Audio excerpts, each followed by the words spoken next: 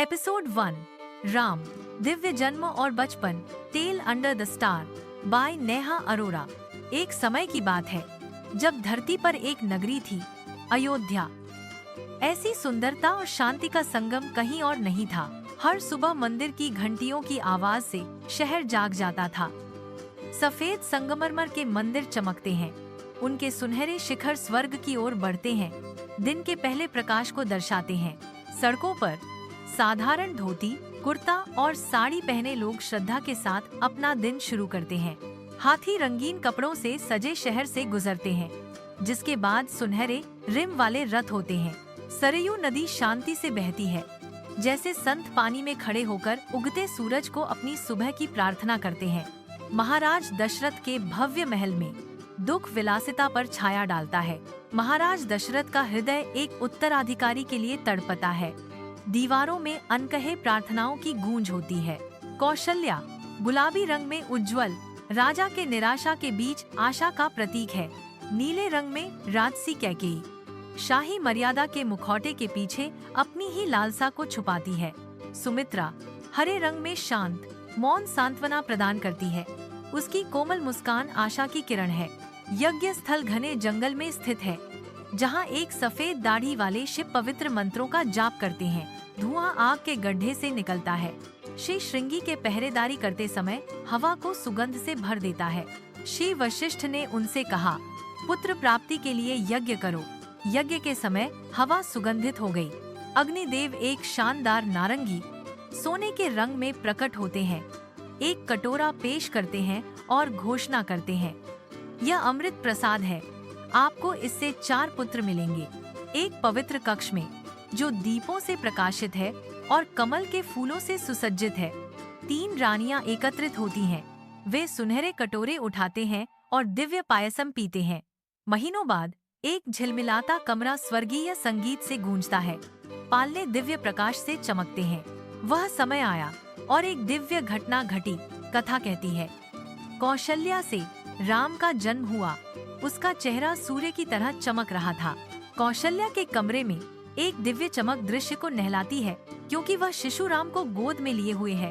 उसकी कोमल मुस्कान शुद्ध आनंद को दर्शाती है। कौशल्या के रूप से सुनहरी रोशनी निकलती है, जो कमरे को एक अलौकिक चमक से रोशन करती है। एक वीणा की मधुर ध्वनि हवा में भर जाती है, जो शांत वातावरण को बढ़ाती है। स्वर्ग से देवता उन पर फूल बरसाते हैं। एक दिव्य आशीर्वाद, सूर्य की किरणें अंदर आती हैं, कौशल्या के माथे को रोशन करती हैं, जो दिव्य कृपा का प्रतीक है। एक आवाज बताती है, राम के जन्म के साथ प्रकृति जीवंत हो उठी। उनके स्पर्श से शांति आई, उनकी मुस्कान में दिव्यता थी।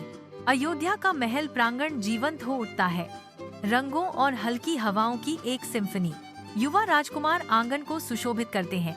उनके कोमल रेशमी धोती धूप में चमक रहे हैं। लक्ष्मण राम के साथ दृढ़ता से खड़े रहते हैं। एक दर्पण जो उनके भाई के अटूट संकल्प को दर्शाता है। भरत अटूट निष्ठा का प्रतीक है, जबकि शत्रुघ्न की भोली जिज्ञासा उनके आनंदित चेहरे को रोशन करती है। राजकुमारी के बगीचे में राजकुमार खुशी से तितलियों का पीछा करता है, हाथ में लकड़ी का धनुष। राम रुक जाता है, कोमल हाथों से एक घायल पक्षी की धीरे से देखभाल करता है। लक्ष्मण आते हैं, ठंडा पानी पेश करते हैं। राम के बगल में एक मूक रक्षक, भारत अपनी ही दुनिया में खोया हुआ, कुशलता से गिरे हुए पत्तों से एक छोटी सी झोपड़ी बनाता है। शत्रुघ्न बगीचे की सुंदरता में आनंदित होता है, जीवंत फूलों के बीच चंचल रूप से घूमता है। शांत गुरुकुल में जीवन नीम के पेड़ों के साए में प्रकट होता है, जहाँ श्री वशिष्ठ की शिक्षाएं गोबर की झोपड़ियों से गूंजती हैं। साझा किए गए ज्ञान के बीच राम और लक्ष्मण ध्यान से सुनते हैं। उनकी मुद्रा गहरा सम्मान दर्शाती है। भारत छोटे छात्रों की मदद करता है, निस्वार्थ सेवा और भाईचारे की भावना का प्रतीक है। शत्रुघ्न सावधानी पूर्वक धनुष के चित्र बनाता है, अपने आर्चरी कौशल को अपने गुरुओं की देखरेख में निखारता है। सभी भाई शिव वशिष्ठ के आश्रम में हथियार और शास्त्र सीखते हैं, जहाँ राम का धैर्य और अटूट विश्वास उन्हें अलग करता है। राजमहल के कमरे में रानी कौशल्या शाही अंदाज में बैठी हैं, बीते राजाओं की कहानियां सुना रही हैं। राम ध्यान से सुनता है, ज्ञान के हर शब्द को आत्मसात करता है। लक्ष्मण शांति से आराम कर रहे हैं, उनका सिर उनकी गोद में टिका हुआ है। इस पल की गर्मी में सुरक्षित भरत और शत्रुघ्न आलीशान तकियों पर लेटे हैं। उनकी आंखें विस्मय से भरी हुई हैं। हर शाम भाई माँ कौशल्या के पास इकट्ठा होते थे। राम ध्यान से सुनते थे, जबकि लक्ष्मण नींद में चले जाते थे। उनका हाथ राम के हाथ में था। इन कहानियों के भीतर उन्होंने जीवन का ज्ञान आत्मसात किया। चांद की हल्की रोशनी में अयोध्या पैलेस सोता है, शांति और स्थिरता का स्वर। 4 भाई शांतिपूर्ण नींद में लेटे हैं। उनका बंधन प्रेम और एकता का प्रमाण है। यह राम का पवित्र बचपन था। प्रेम, ज्ञान और गरिमा की नींव।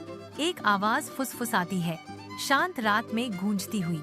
यह आधारशिला थी जिस पर एक युग की कहानी लिखी जाएगी।